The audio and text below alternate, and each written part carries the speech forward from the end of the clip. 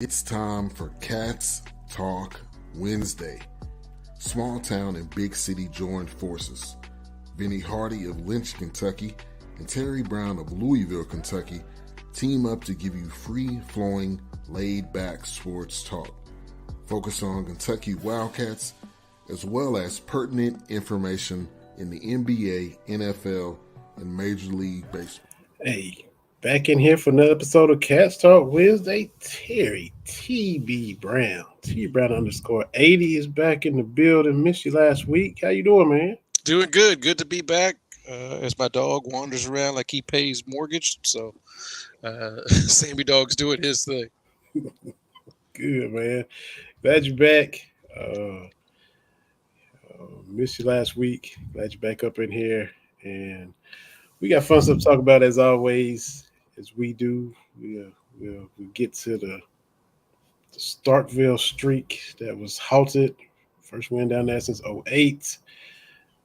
Opening night at Ruff Arena. Mexico State came in, outscored them 49-17 in the second half. On the way to 40-point win. Kentucky women, Kyra Elzy and company beat ETSU. Volleyballs won 10 or 11 in a row in the SEC. Went down to Florida and just took them in 4 sets. Lakers and Rockets play tonight. Look, the season's only a handful of games in, but the Lakers come to town. Rupp Arena gets the court gets a little makeover, the actual floor itself. So all kinds of stuff to talk about, man. Yeah. May as well start with probably the big highlight is the Cats going down to Starkville and taking care of business. I mean, this is what we wanted to see. We knew Mississippi State was going to be shorthanded, and they were.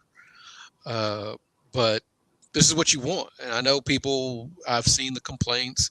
We should be running away with it. At some point, you get out of there with a W. Stoops playing not to win. That's not what I saw. We were up 21-3, got to 24-3. It's clear that Mississippi State doesn't have anything. I'm fine with we got the W. Let's get out of here. Leary got banged up. We saw all the extracurricular stuff that Mississippi State was doing to Juton McClain and some others playing to the whistle and then some. Just get out of there with a W. I mean, that was my thing. As you said, first win in Starkville since 2008. Fewest points allowed. SEC road game going back to 79, I believe. Biggest road SEC win going back some time. And look, it is what it is. Just take it, keep it moving. Stoops has no more streaks really to speak of. So I'm okay with it. And you had to go back to the history books for that 79. That's when our guy, friend of the show, Juan Portela, beat Florida 31-3. That's the first time they held somebody to a field goal since we were about 2 years old. So, Yeah. So for me, I count that as a win. I just, and this is where we are now. Every game, every play is a referendum on the coach and the team and where we are. Sometimes you just get a game. You just win. Like sometimes a game is just a game. And with all the stuff that came with it, I'm okay with it. I got my handy dandy little flow chart. Did Kentucky win? Yes, I'm happy. Did Kentucky lose or win? No, I'm unhappy. To me, it's just that simple. You're not trying to get style points here. And I say it all the time. Every time we do our yearly win-loss predictions, when you are going up against a first-year coach, you gotta beat him. You don't always beat him. We saw Heupel come in here in his first year and they won a shootout. But Zach Arnett, is his first year at Mississippi State, and he's in that spot due to the tragic passing of Mike Leach. Never been a head coach before. And Kentucky's in year 10 or 11 of Mark Stoops. You got your culture, you got your organization, you got your stuff the way you want to be. You should go in and you should beat this dude. This is his 6th, 7th game as a head coach. So it doesn't always play out that way, but in this situation, hey, just go down there and beat them. Like you said, they were, and everybody gets banged up. Injury bug hits. Will Rogers was out. One of their running backs was out. It'd be like that for a lot of, especially in SEC, from various degrees. You get your gauntlet schedule, you get your injury bug. They had a lot of dudes out, and they were kind of limited. So take advantage of them, smother them defensively, get a pick 6, which helps, and you kind of were able to put it on cruise control. 24-3, like you said, get out of there and get ready for Alabama. Last home game, senior day already. So this season is 3/4 of the way over. TB, yeah. So there's still games to be won out here on the schedule. So I'm not ready to quite pack it in as of yet.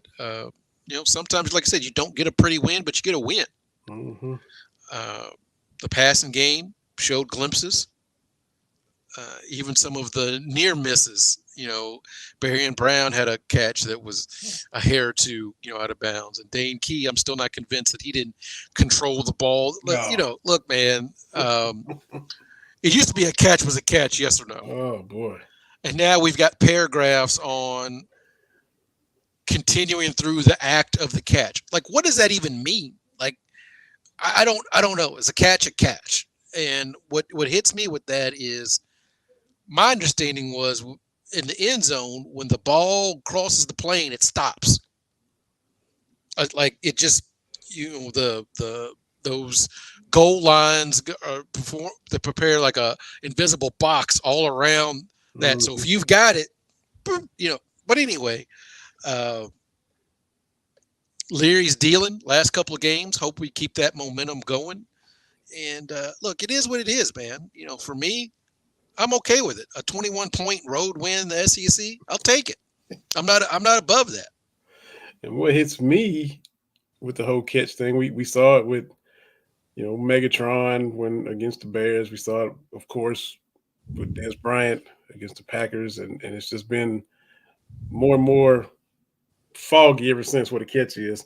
But we flash back to the Tennessee game, and homeboy is way out of bounds, but that's a catch. Look, Big Z could not have kept a foot in bounds and still caught it as far over in the sideline as he was.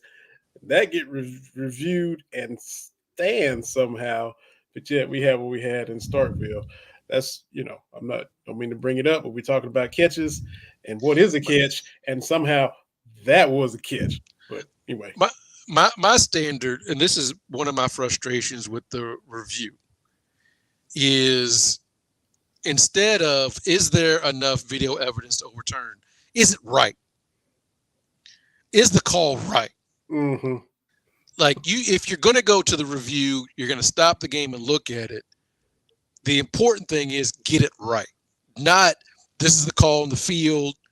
No, is the call right? Yeah. Because that's always the focus now. Is there enough to overturn? Well, is it right or wrong? It's like a lawyer. You got to present your case, the evidence to overturn it. Even though it's wrong, we got to have enough evidence. Right. And so for my money, you got to get that. You got to get that right. But look, Kentucky football cruising right along. Losing to Missouri stunk. Losing to Tennessee, that stunk. But there's still some wins out there. Pick up a couple of wins. One of those being the interstate rival, Louisville, and I think that's still a good season. 8-4 to me is a good season. Yeah. I think did we both say 9-3 anyway? Not game off potentially right now. We hope they be 7-2 now. If they, beat Missouri. Knew Georgia was going to be a challenge.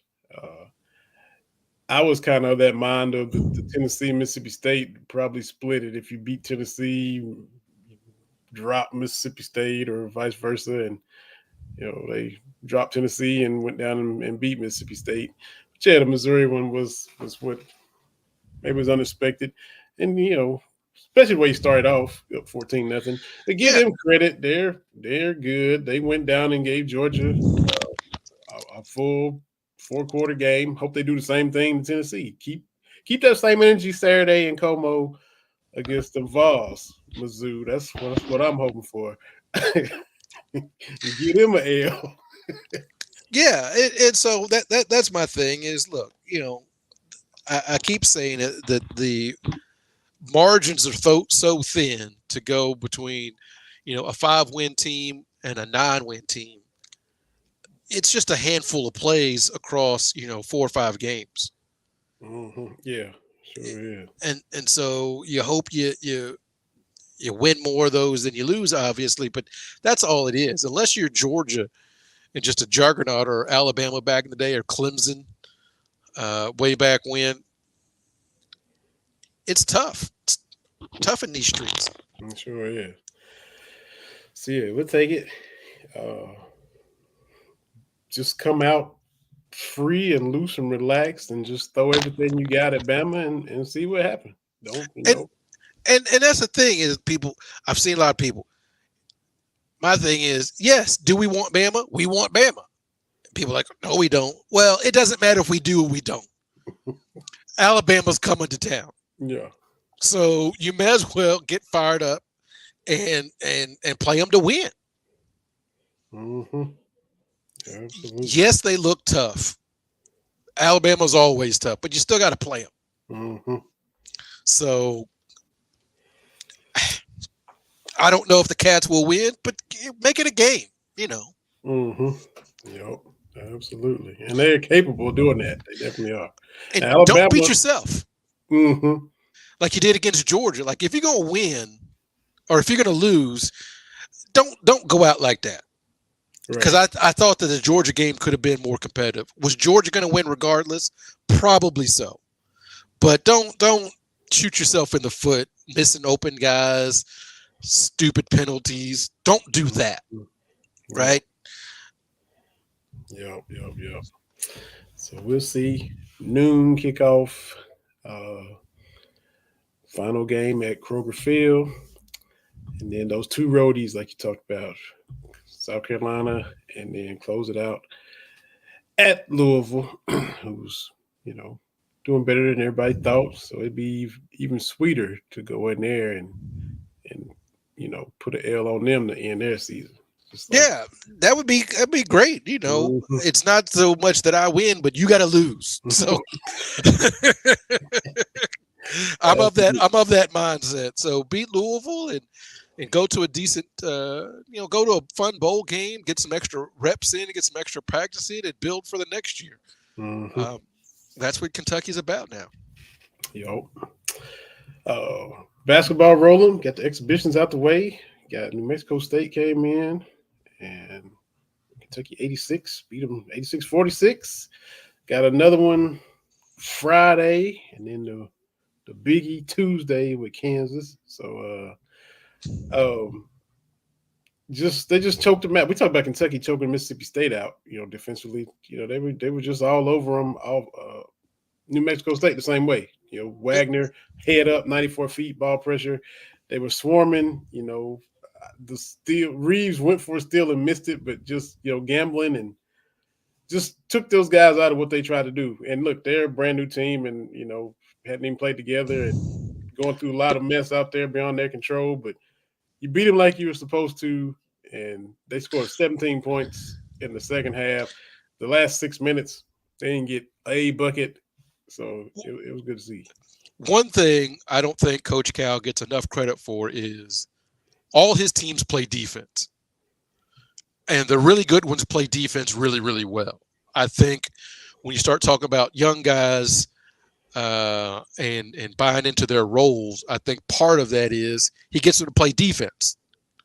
And he's done that since the John Wall team, his first team. And it doesn't look fun to have to try to play defense against all these guys in the backcourt. Because as soon as you take a breather, Reed Shepherd comes in, Dillingham comes in, and it looks less and less fun trying to dribble against those guys. Mm-hmm. And so I know we're waiting on the big men to come, and hopefully they come sooner rather than later. But once they made Trey Mitchell the facilitator and kind of ran things through him at the three-point line, at the high post kind of thing, I think that opened everything up. The spacing was tremendous. This is a team that is full of willing passers. Mm-hmm. And so as they get better playing with each other, and I think I know small sample size, this may be the best passing team that Cal's had in a long time. I mean, we've had great passers, but as a team, 1 through 5, if Trey Mitchell is playing the 5, that's a pretty good ball movement team. And, of course, the young guys, the shot selection, every now and then there's an ill-advised shot. That's part of it. But for me, the ball moved real well. Guy hits a couple of shots, the ball finds him again, which is always the way it goes with basketball. Like, hey, this guy's got the hot hand. Hey, we're going to keep coming to him.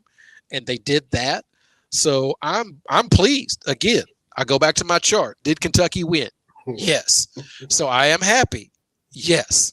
It's hard to find fault with a 40-point win, but this team is going to be fun. Yeah. And I just hope, it's not going to happen, but I hope we can enjoy this team in a vacuum without trying to compare to previous teams. And, I saw some tweets, and that's part of my problem is I need to not look at tweets when I'm watching the game. But, somebody's like, oh, it's nice to have a big man that has more skills than just rebounding. I'm like, is that what we've reduced Oscar Tshiebwe to? The first unanimous player of the year in Kentucky? Like, that's what he's, whatever. I just want this team to be this team. They've got good personality. Again, I find myself saying, look, I rooted for DJ Wagner's grandfather. So that's making me feel a little old. Mm-hmm. But this team could be fun.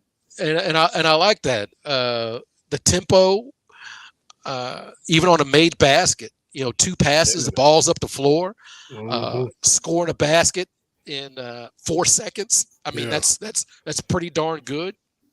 So if Cal lets them do that, they shot a lot more threes than we have seen in recent years. So if we can do that, I like what this team's doing. The analytic guys seem to like it. Only 11 mid-range shots. So that's good. So I've been told. So for me, there's not a whole lot to nitpick. Obviously, Kansas is going to be a big measuring stick next week. This team is going to lose some games, but you see where they are right now at the beginning of November, and there's no reason for me to believe they won't be in the conversation as a Final Four team at the end of the year. Mm-hmm. Yeah, because these freshmen are a little mature beyond their years. Wagner, son of a pro, grandson of a pro. Reed, with Jeff and Stacy, just wise beyond their years a little bit. The mix of old guys, Reeves and Mitchell, doing what they do. It's like you said, the shooting is there. They're shooting more threes, and they got the personnel to take more threes. Dillingham is streaky. He's got, sometimes he might not even know what he's going to do, but it's going to be potentially spectacular. And just let him go to a point like Cal said. I hope Cal continues to do it. I'm going to give you a few, what in the world are you doing? But because it can be like, what are you doing? Oh, that's what you're doing. Right. Sometimes you throw up a three and it, bust the backboard and miss everything. But then you saw the tough layup a couple plays later that he can finish, because that's what you get with him. And that's what basketball is, right? You got to have that short memory. It's my favorite one of those moments is the Malik Monk, going for 47 against North Carolina, where Cal is right there, like, don't shoot it, and he shoots it and hits it, and then he celebrates. And so you take the good, you take the bad with that kind of thing. And whoa, I thought you about to sing "Fact of Life" for me. Oh, but yeah, I was getting ready to go. There's a time you got to grow and show and know. But look, man, this team is going to be fun. This is what Kentucky's basketball is. We've got elite guards and wings, and I think Trey is a great complement to that. If we're able to get one of the big guys back for some rim protection and some even so much the better. So I'm preparing myself for the Kansas game is going to be tough. I want that one, but we'll see how it goes. Right? We know we're going in shorthanded. Yeah. That's part of it. But look, man, Kentucky across the chest. I love this. I love the energy about this team. Cal seems to be reinvigorated on the sidelines. These players like each other, which is a good thing. So for my money, I'm liking what I've seen so far. What they did from Canada has carried over. They looked flat, in the first half against Georgetown, but we've had a game and a half of looking really, really focused and really, really on the money. So yeah, we'll take care of it. Is it Texas A&M something Friday? Commerce, yeah, that's yeah. And then get ready for Kansas, and hey, it's basketball season, baby. Yeah, it is. We're coming to y'all courtesy of the BS3 Network. Follow them at BS3 Network on Twitter, BS3Network.com, BS3 Sports. Appreciate being part of the network. Appreciate Ben Sutter allowing us to be part of this network of podcasts where you can watch, you can listen, you can stream, you can catch us on all the platforms. Definitely want to get that in and mention that as well. We're live streaming on YouTube and Facebook and Twitter, and got people watching and commenting. Feel free to drop a comment, a question, whatever you want to say. Absolutely. We'll be here and keep doing it that way from now on. With shorthanded versus Kansas, we know the the couple weeks potentially for Bradshaw, and based on what Cal said, potentially a couple more weeks after that for Ugo if Bradshaw's a couple weeks ahead of Ugo. See what happens with Z and the paperwork, and then he's been sick and all that. So we'll see when the 7-footers come along. But playing this style, sure, it's going to be a challenge with Dickinson. We saw him last year when Kentucky played Michigan over in London. Kansas is going to be tough, number one team in the country. But Kentucky playing this style will present problems for them as well. And we'll just see. It's the size versus the speed, the small, quick against the big, bruising team, contrast of styles. Kentucky's got to guard them, but they got to guard Kentucky, and one style of play is going to prevail. So it'll be interesting from that standpoint, since we won't really have, the size for their big man next week. Right. All right. So I'm excited about that. Mm-hmm. But one thing I want to touch on, wasn't here last week. Here in Iowa, the big news is Little Ferentz won't be back next year.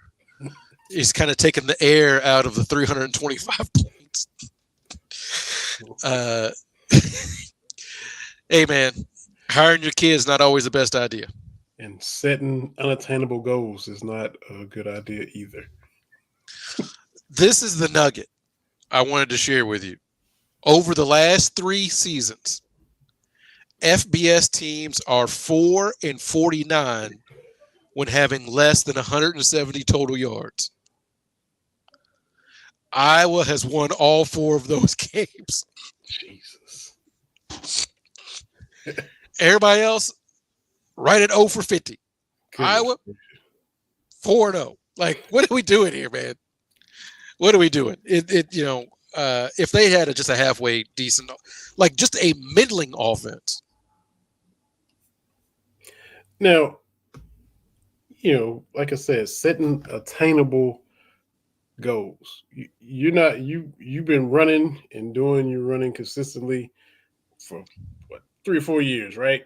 Yeah, started during the pandemic, so I've been doing it for about 3 years. So I'm not sure what goal you set distance wise at the beginning, but you didn't just go out and say, I'm fixing to run a marathon right at the jump. You didn't say I'm gonna go Yeah. climb Mount Everest.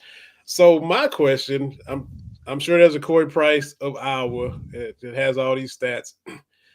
The goal for them was 325 points offensively, but then they had the help of special teams and pick sixes and all Well, that. 325 was the goal, right? 325 was the goal total, Yeah. and everything counted toward the total. Yeah. Which he had. That's help I think he shouldn't have even been able to have, but whatever. How prior to this year, like I said, there's a Corey Price, your boy Adam Jacoby probably got this knowledge. How many years did it take them to score 325 points? Did they score it last year, or did you have to combine 2022, 2021, and 2020 for them to even have 325 points? And they trying to do it in 1 year this year. So the breakdown I saw was last year Iowa averaged 17 points per game and some change, which was near the bottom. But that counts their defensive touchdowns and safeties, right? Which they led the country in pick sixes and safeties. They routinely do that. And so without all that, the offense was like at a 14.5 points per game, which is abysmal numbers, right? Just like 14 times 12 is 168. Yeah. But we go get 325. So basically double that. Okay. So, my wife and I, we've talked about it. Like, how does this kind of deal get set up? Like, it's just because it became a thing, right? Like CBS, I've sent you links. CBS Sports had where they are after every game, getting shut out against Penn State, put them way back. People were concerned when they played like Western Montana, whoever was the beginning of the year, right? Like they scored 40, like you probably should have scored a little bit more so you can bank on that, right? Like, but look, it store them points up for the winner like a squirrel. Right. It was just a weird situation because, as you talked about attainable goals, and the thing is, at 325, it's 25 points a game, which is not wild and crazy. Like it's not a wild and crazy number, but that 25 points would still put you in the bottom quarter of FBS. But that's asking you to almost double what you were doing. Yeah, that's how bad the offense is. Look, I saw a blurb too. I don't think I saved it. USC's defense is bad, right? Yeah. They've given up 280 points, or 260 points in the last 4 games. In the last 2 seasons, I was giving up 280 points.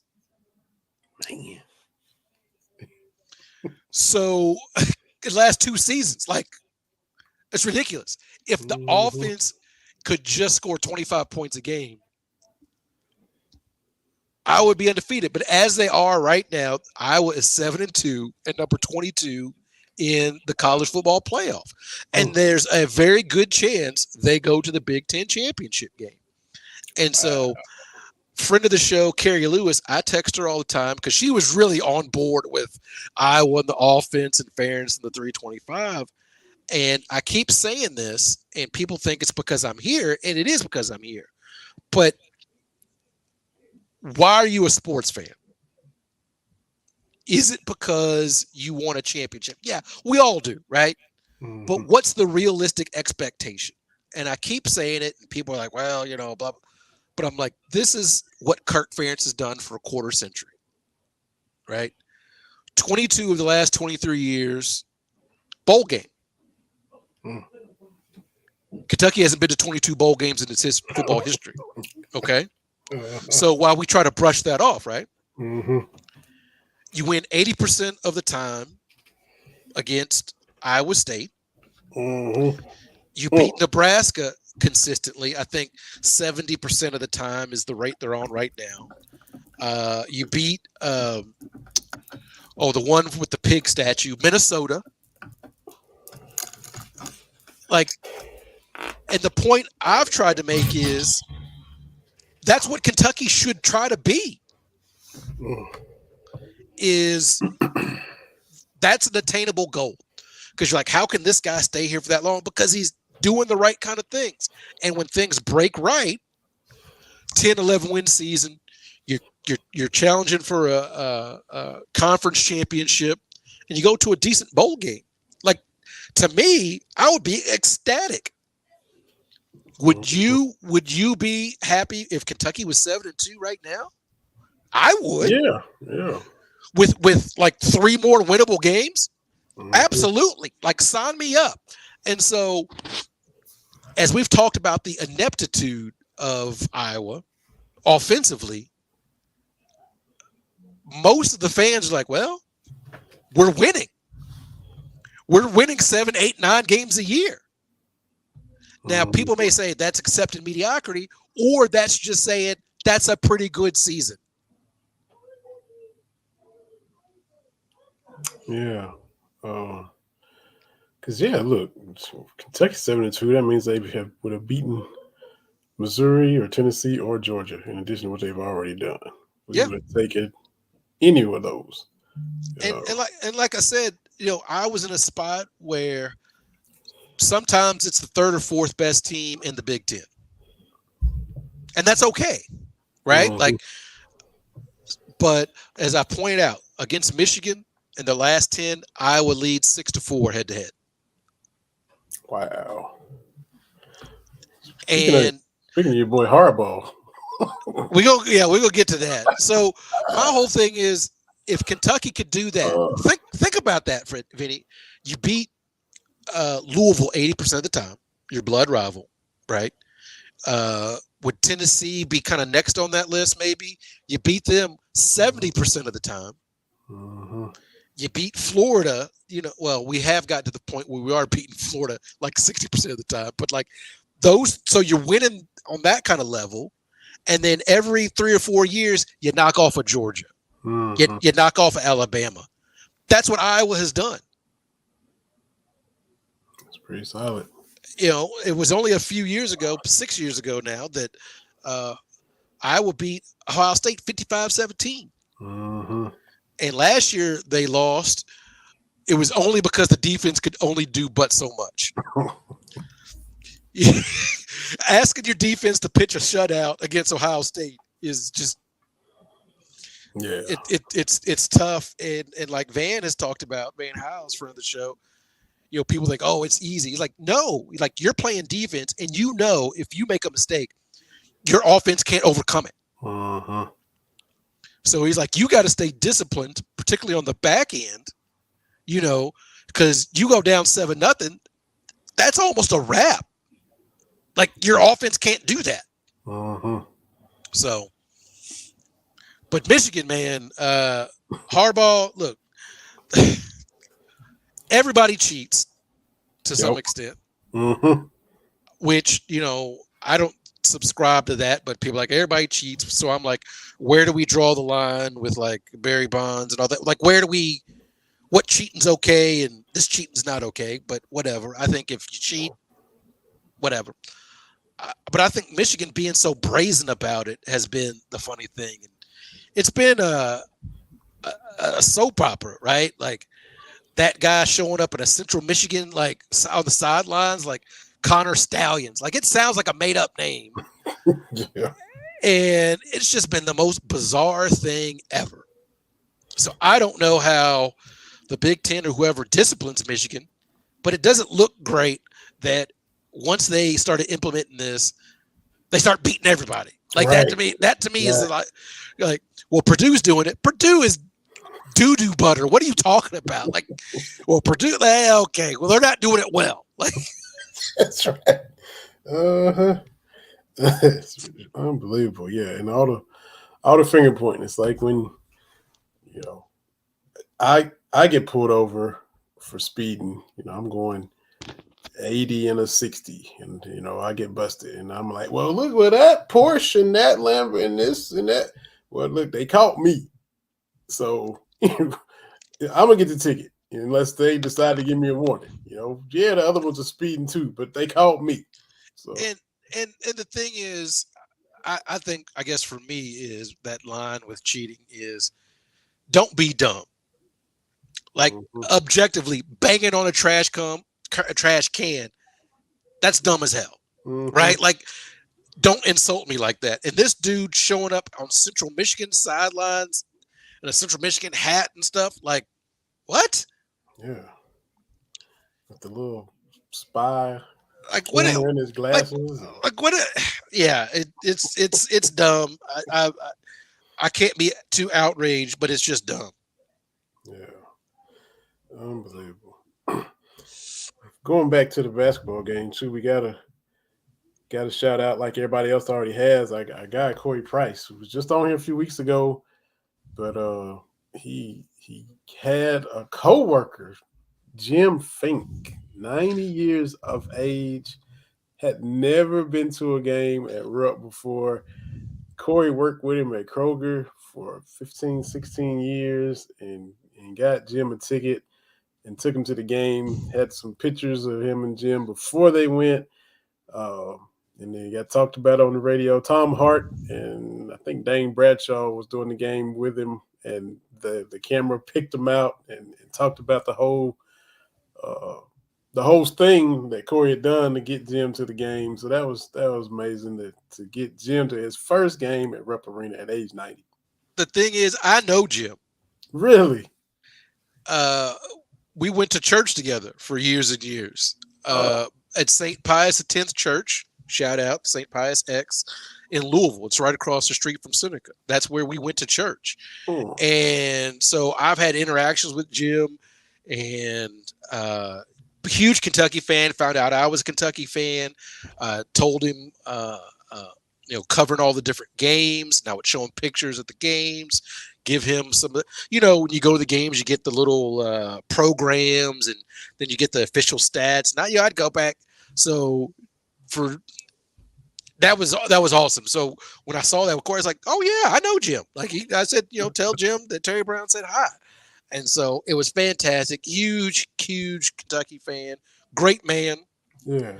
Was always very nice and pleasant with the girls and everything like that. And so I'm glad that Corey was able to get Jim a shout out on TV. Yeah. All the love from all over.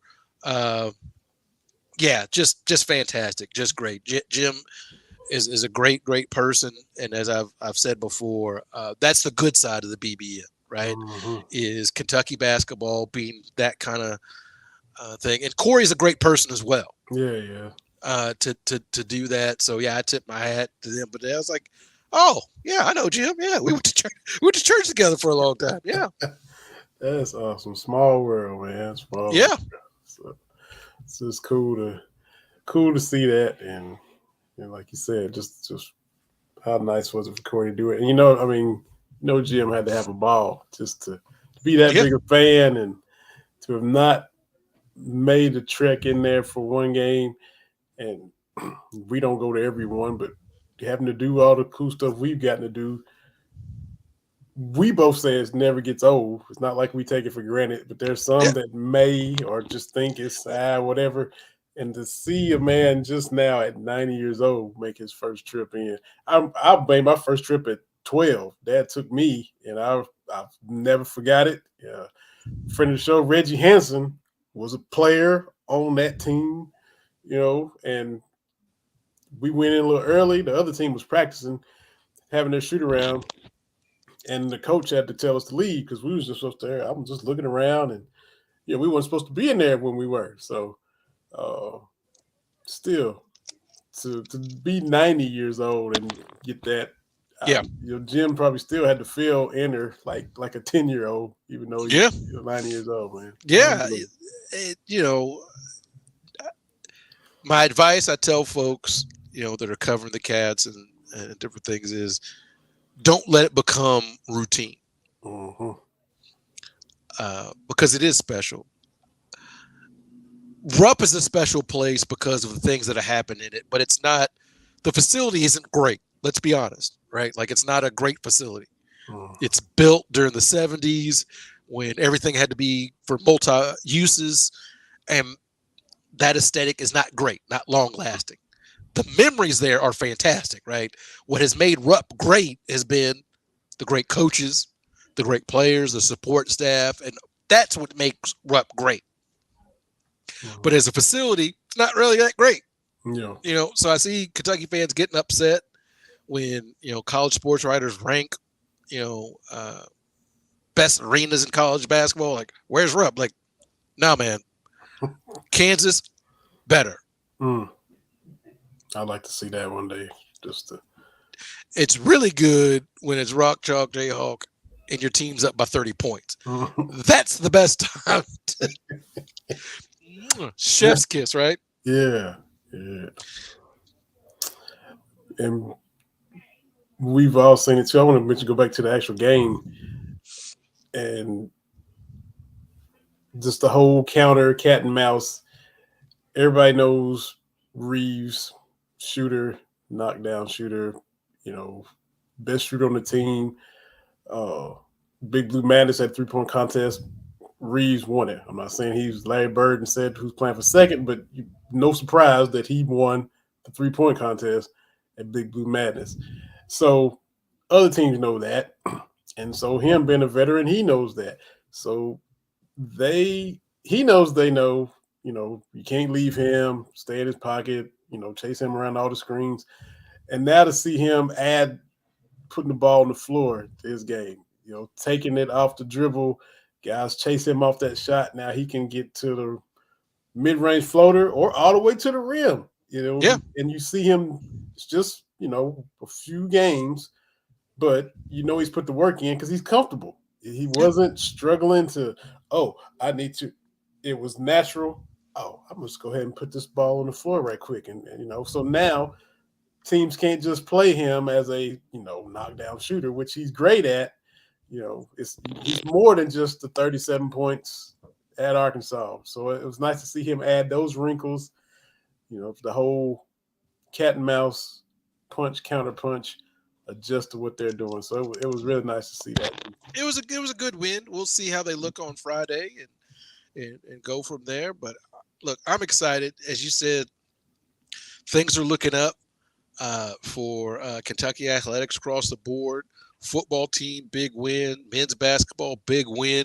The women's basketball team, as you talked about at the top of the show, took care of ETSU. For in the show, John Wong was down there covering it. Cats was on the ropes for a long time.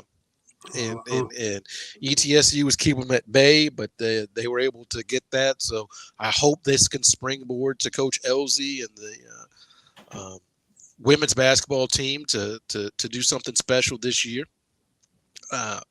That's volleyball doing well. Men's soccer, I believe, kicks off their postseason tournament either today or tomorrow. I'm not 100% sure on that. The women's soccer team made it to the quarterfinals of the SEC tournament, did not make it to the NCAA postseason tournament, but is making progress. So, as always, it's a great day to be a Wildcat. As people can see, look, hey, I rocks with all the teams, man. Mm-hmm. Absolutely.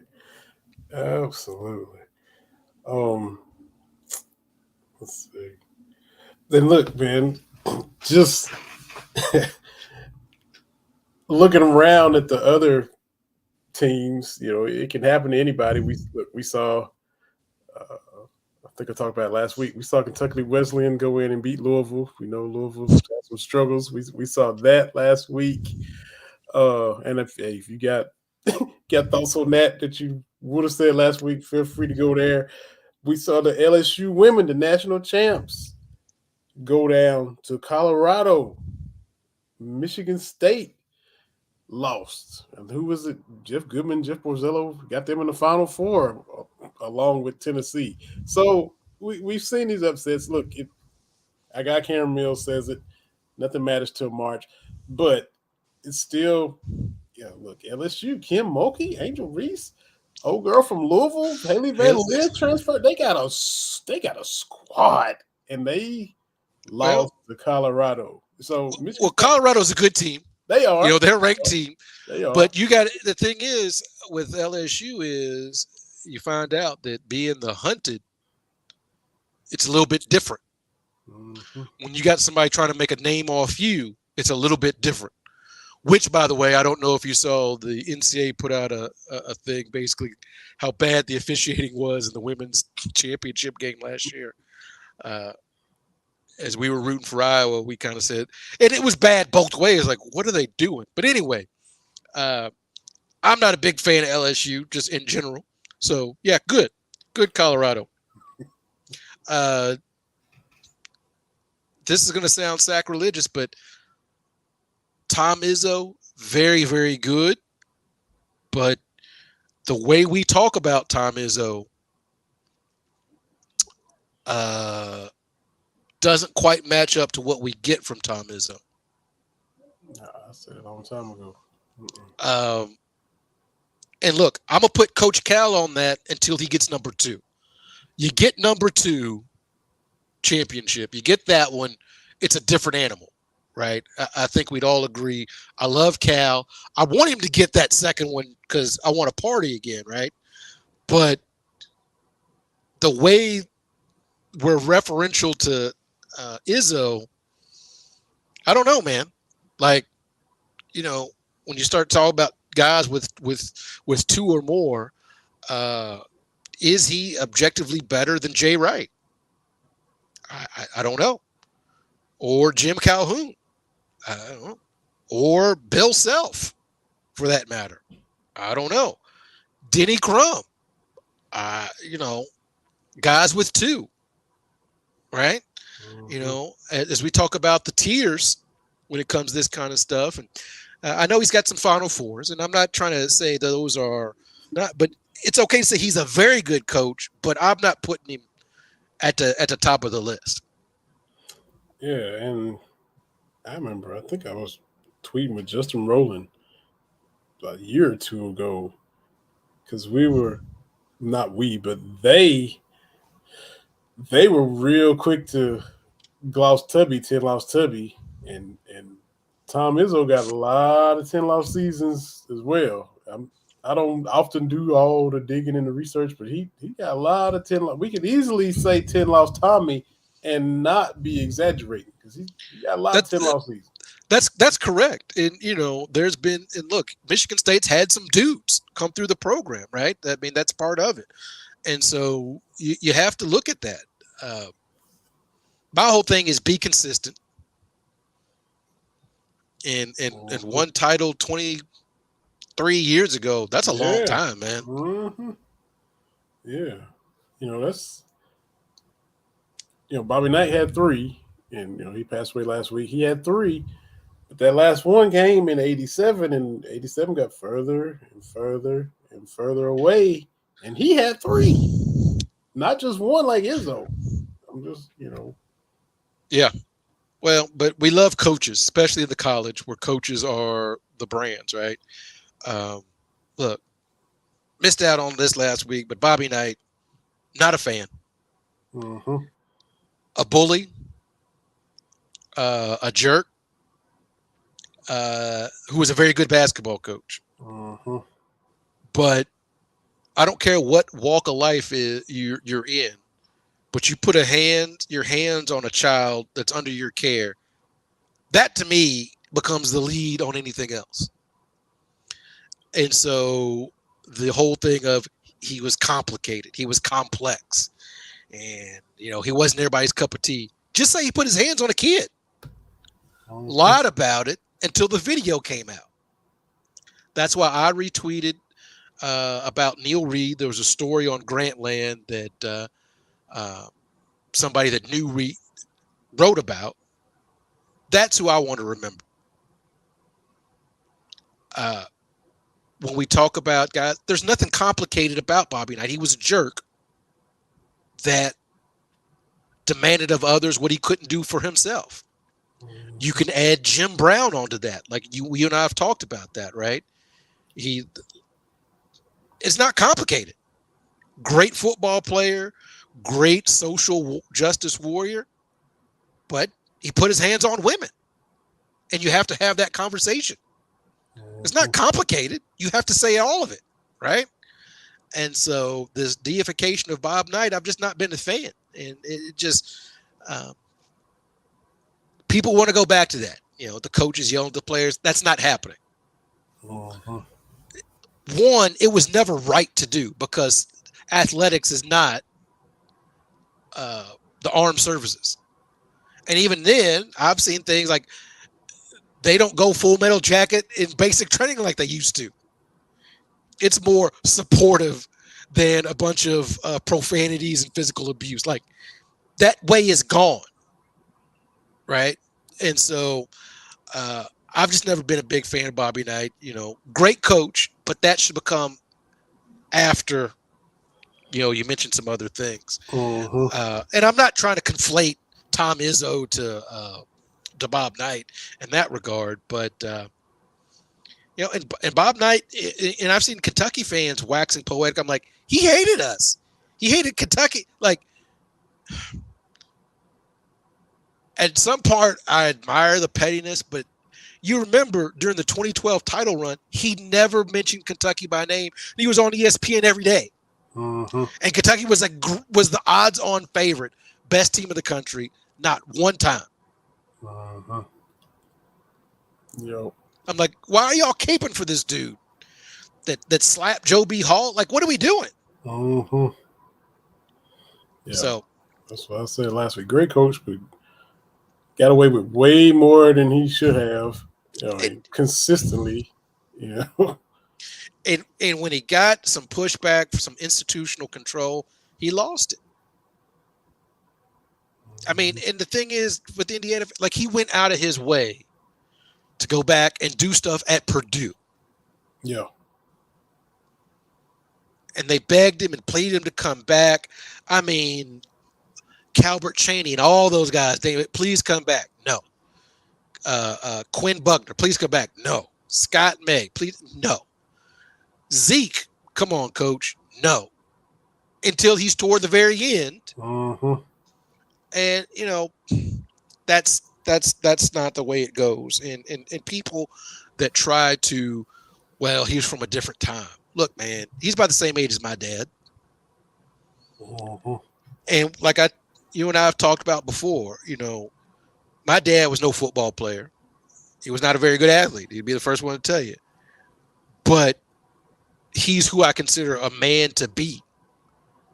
And it was never about this tough love. Like, yeah, he did some things a little rough around the edges, but you don't have to do that to be a man.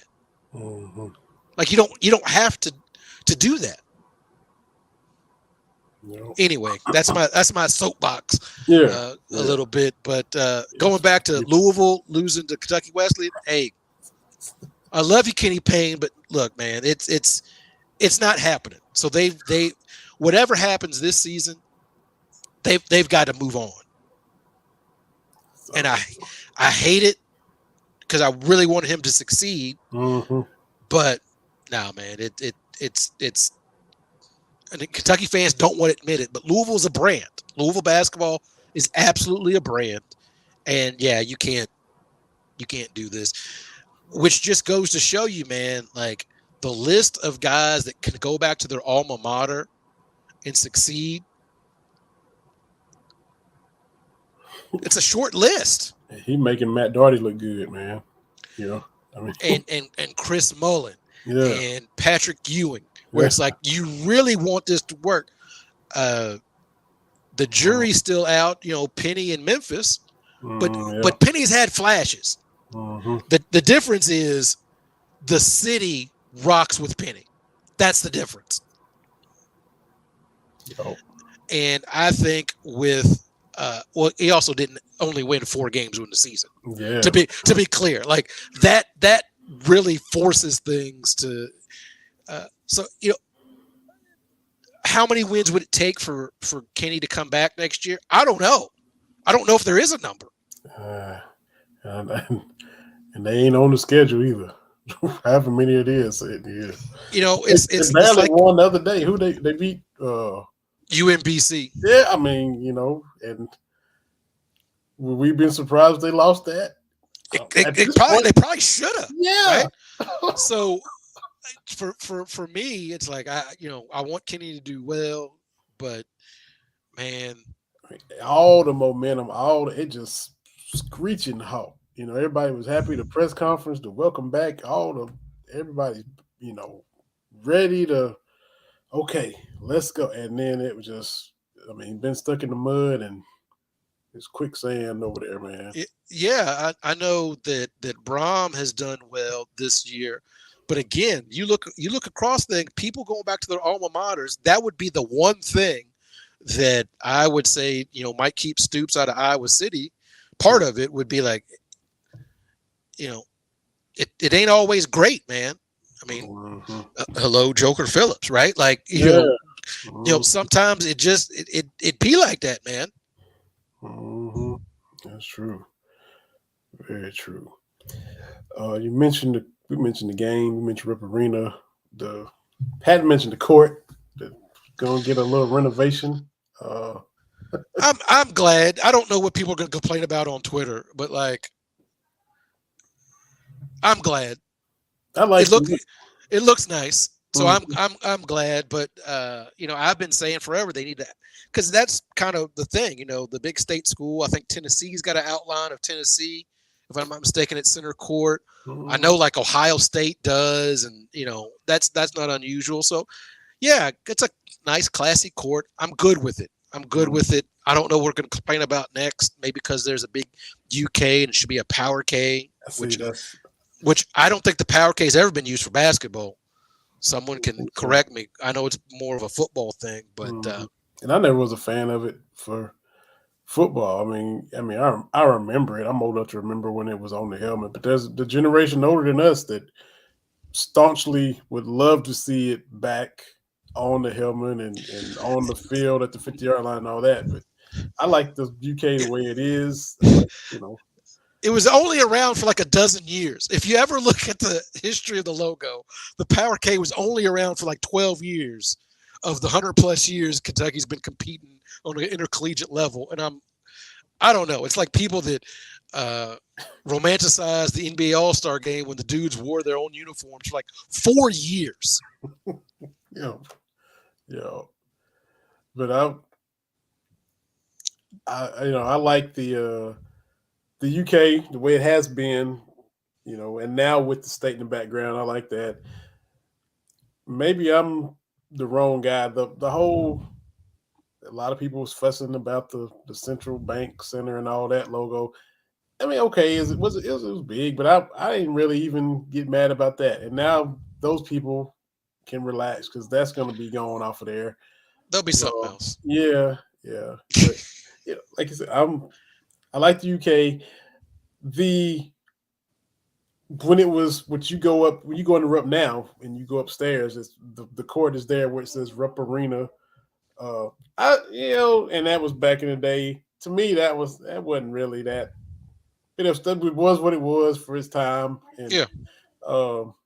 I think it's actually I don't know if the Kentucky Road Show, the Jimmy Mahan, the card guy, I don't know if he's got that now. Or he's got part of the baseline. I was up there.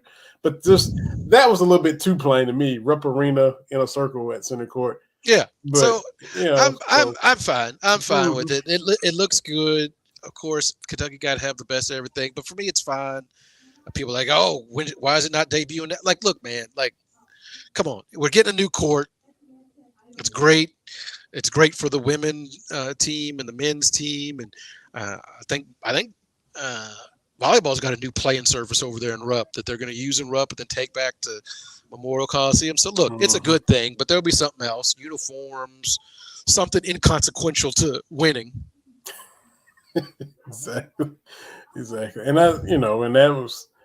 that stuff took on life of its own. The checkerboard, I never really cared either way, but you had those who just, it just turned their stomach at the thought of it or the sight of it. So it's just, not happy unless you're mad about something. I like the checkerboard because it was used across all sports.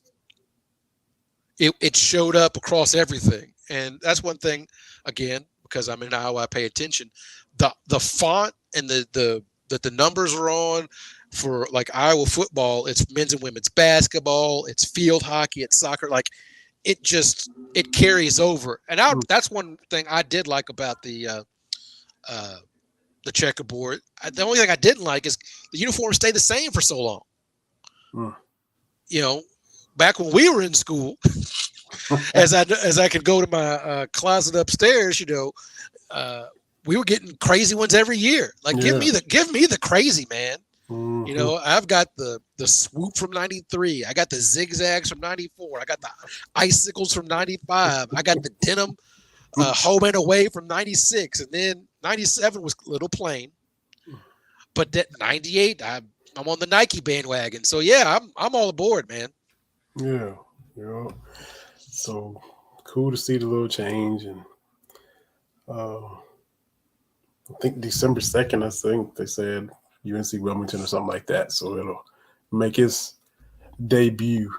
Oh, yeah. Gotta get your thoughts, man. If NBA, we talked a little bit about him, but I think we kind of took the same approach as we do with recruiting. Well, let's see him when they get here. We wasn't talking about Wemby when he was over there in France. Now that he's here, I think I talked about him last week. I hope he stays healthy. He's a little thin, but I hope he's able to stay healthy and avoid, the leg injuries or whatever. As a Rockets fan, I put a poll out too. Who's gonna dunk on him first? Is it Zion, Anthony Edwards, or somebody else? My guy Jabari Smith from Auburn, he went in there and tried him and got it smacked back.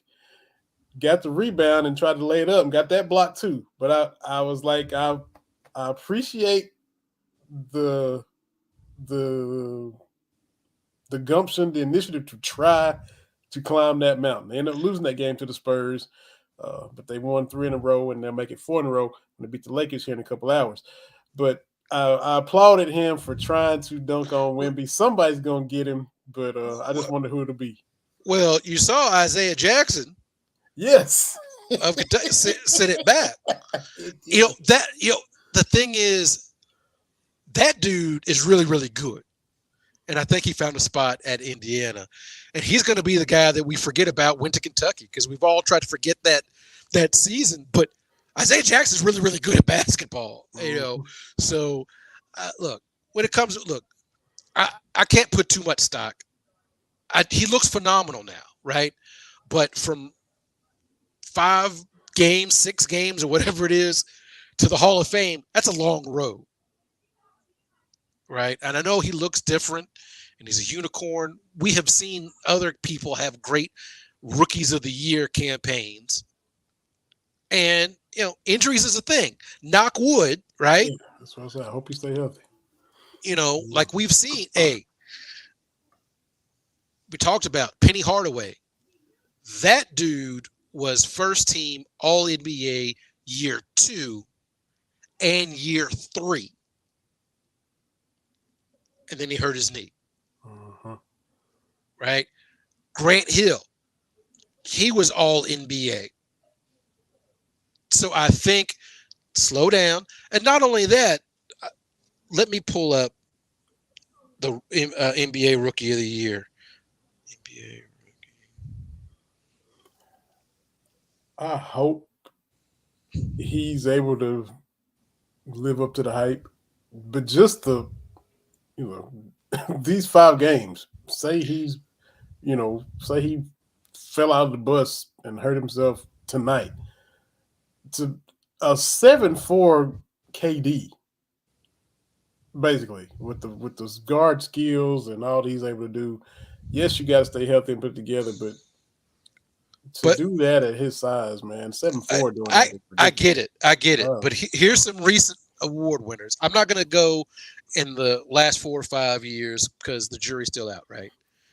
But you got Ben Simmons, okay? Malcolm Brogdon, okay? My man Karl-Anthony Towns, love him, but Cat's not that dude, right? Mm-hmm. Andrew Wiggins, Michael Carter Williams. Is that dude still in the league? Is he from Syracuse? Yeah. Okay. Wow. Then before that, Dame Lillard. Okay, Dame's Dame. Kyrie Irving. Blake Griffin. Now, Blake had a run, right? But I wouldn't consider him fantastic, right? Derrick Rose, injuries, Kevin Durant, Brandon Roy, obvious, Chris Paul, Mecca Okafor. Okay, yeah, 0304 LeBron James, all right. Okay, that's so, there's just, there's some names on here. Allen Iverson won it, Tim Duncan won it, Vince Carter won it. But there's also Steve Francis and Mike Miller. Mm-hmm. So I think it's a little, I don't know. I'm not saying he's going to be terrible. What I am saying is got to give it some time. Oh yeah, for sure. But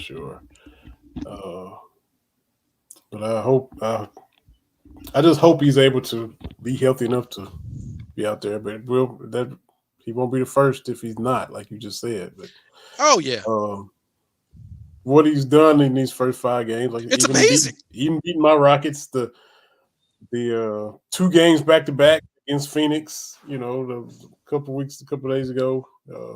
Keldon Johnson, and look, that was a rough stretch for KD, man. First of all, box Wemby out, he steps right around and gets the putback dunk, and then KD's like, "Somebody get over here and inbound this ball to me. Somebody get over," and then it gets inbound to him, and Keldon Johnson just says, "Give me that."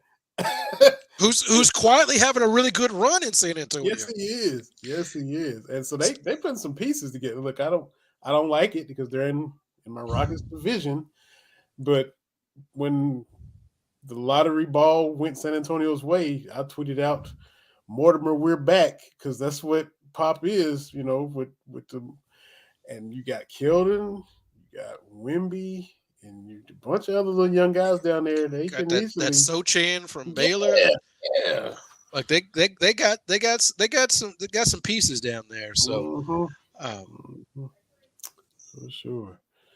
So he's playing the Knicks here in a few minutes. Makes his visit to the Mecca, as they like to call it, the world's greatest sports arena. That's what they say. I've never been to it. Been in New York City, but never been to Madison Square Garden. So I'd like to have to get up there and get in there for something one of these days, at some point in time. Are your Niners off this weekend? They were off last week. We've got Jacksonville this coming weekend. Oh, Lord. Oh, Lord. And y'all got to come to Jacksonville? That's correct. Ooh.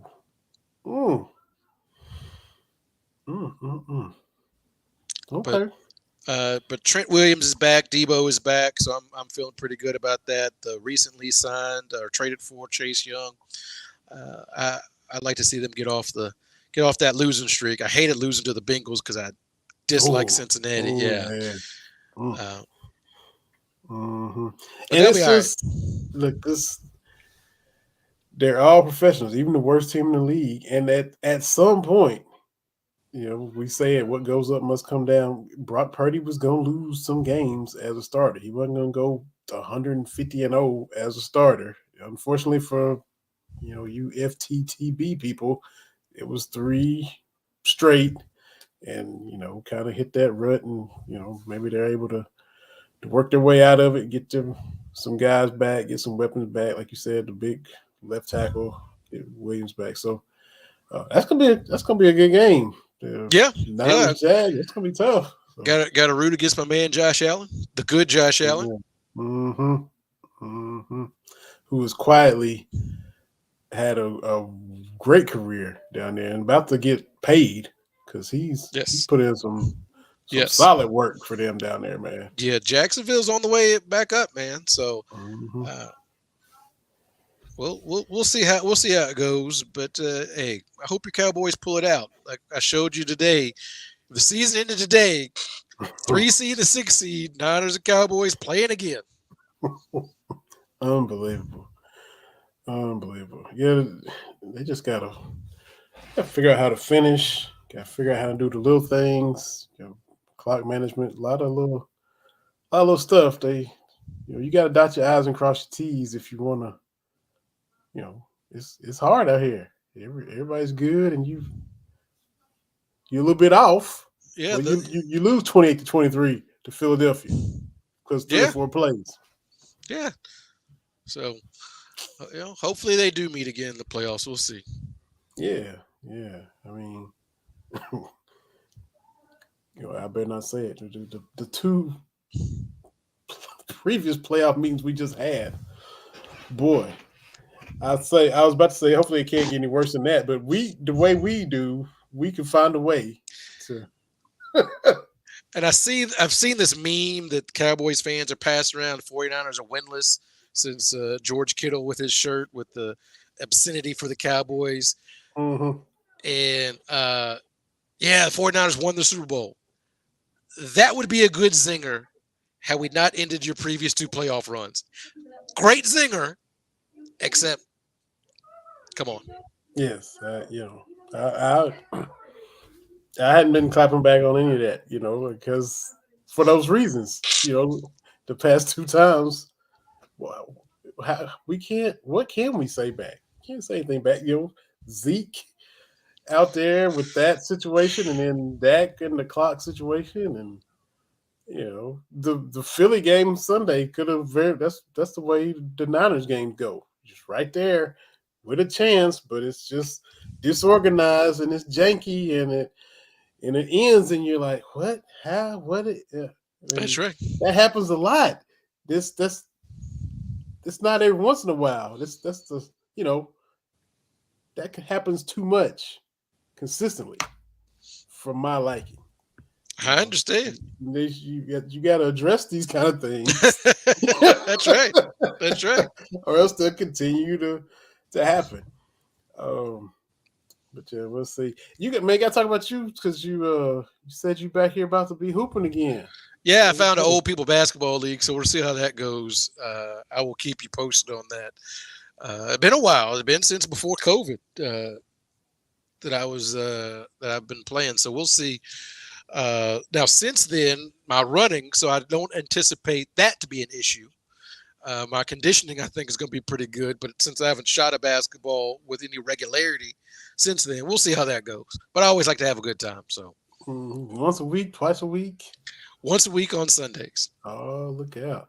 And I'm anxious to see who the Luke Hancock of this league is going to be. BJ Armstrong coming back. That's right. That's right.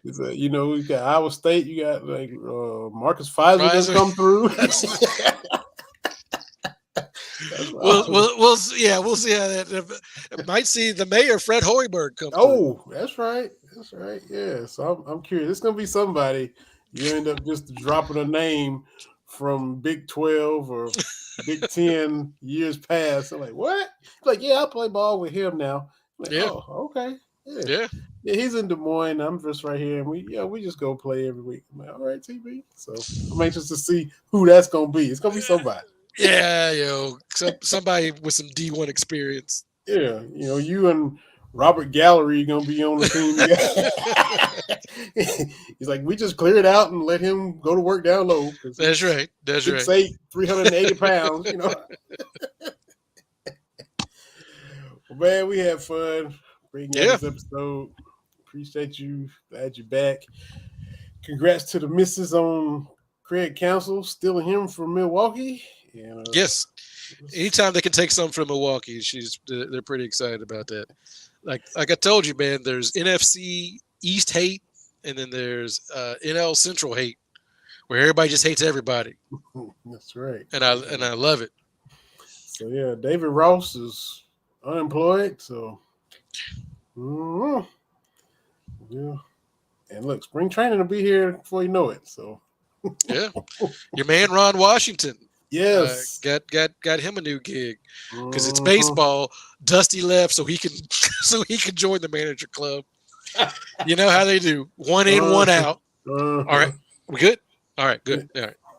Exactly. That's it. But he deserves another shot. I know y'all will miss him down in the ATL, but he deserves another shot now.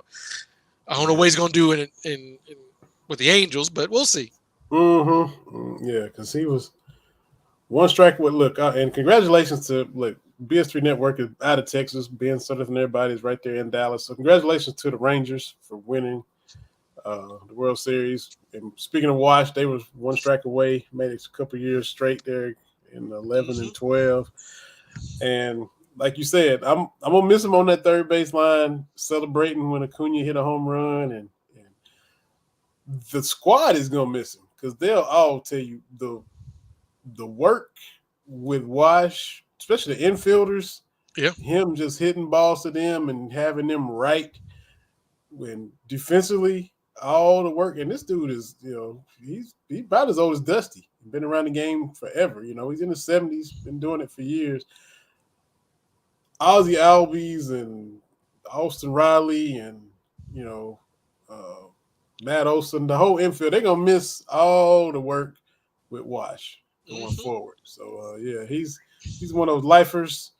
The contributions he's made, don't always, get as broadcast as they should, but hopefully he can do something with Trout and if maybe Shohei. We'll see. Shohei stays, we'll see. But I'll be rooting for him out there. We won't ever see him again, like Pujols. He'll just disappear. But I'll be rooting for him.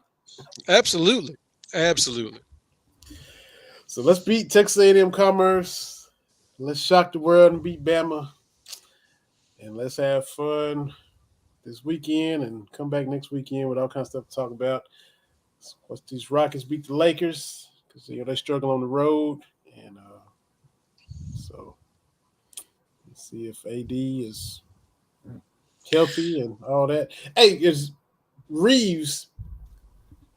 Does he make y'all forget about Caruso, or there's still Lakers that wish Caruso was there? Or Caruso was a huge part to that championship, and so I think him not coming back that next year, I think hurt. But Austin Reeves is a baller, man. He's more than just a dog and pony show. So gives the Lakers another ball handler, and he's got some moves. There you go. All right. Well, on that note, man, we'll wrap this up. Y'all check it out when we put it up on audio. Watch it on YouTube. It's on Twitter Live right now. Appreciate everybody. Be safe. Stay warm, TB. And go ahead and put the application in for that our offensive coordinator job. And maybe you can't do worse, right? Dial up for half the price. Absolutely, man. Absolutely. We'll be back next week, y'all. Been another episode of Cats Talk Wednesday. Appreciate y'all taking the time to check us out. And we'll holler at y'all later.